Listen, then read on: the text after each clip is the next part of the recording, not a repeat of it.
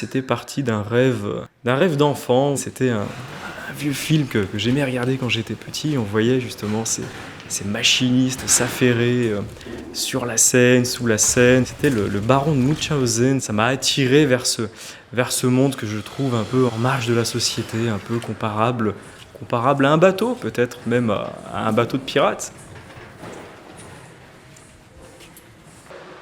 Je suis donc cintrier machiniste à la Nouvelle Comédie de Genève.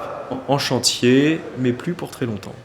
Toutes les porteuses sont visibles ici, donc de la porteuse 1 jusqu'à la porteuse 60. On peut, si on veut, charger 60 porteuses en même temps, avec les 4 en latéral, accrocher des éléments de décor dessus, donc de lumière, des cyclos aussi, des tulles. Donc la porteuse, c'est cette perche, en fait, ce tube en acier. On peut créer aussi des mouvements type va-et-vient, une sorte de vague en fait.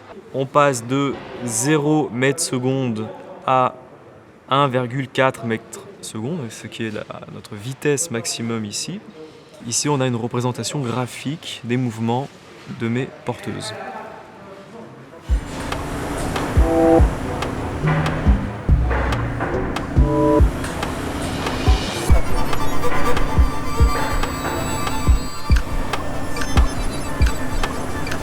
Aujourd'hui, on a un cintre, donc c'est vraiment des machines, c'est l'électricité qui aide nos muscles à réaliser des mouvements. Là, actuellement, on peut mettre 500 kg par porteuse.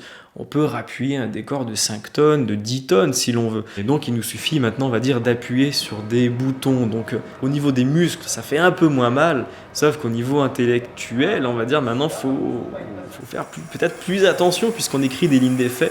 Et surtout, faut pas se tromper. Est-ce qu'on a encore besoin d'être humain pour faire ce métier? Bien sûr, puisqu'on fait du spectacle vivant. Enfin, on est au service du spectacle vivant. Et nous, dans les cintres, ce qu'on bouge, c'est de la matière, c'est de la substance. Donc, le contact peut être fatal, c'est une réalité. Donc, on fait toujours attention à ce que l'on fait.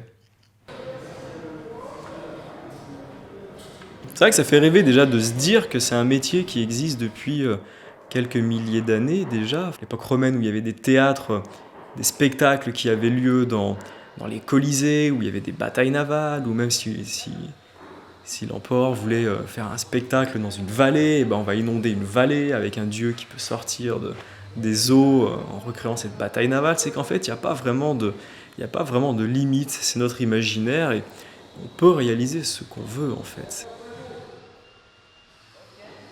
Il y a une forme de tradition chez les machinistes. On n'invente pas vraiment des nouvelles choses, ça se transmet. Donc on est dans une continuité, c'est un métier qui existe depuis très longtemps. Donc il n'y a pas de fracture entre la comédie des philosophes et la nouvelle comédie. On est vraiment dans une continuité.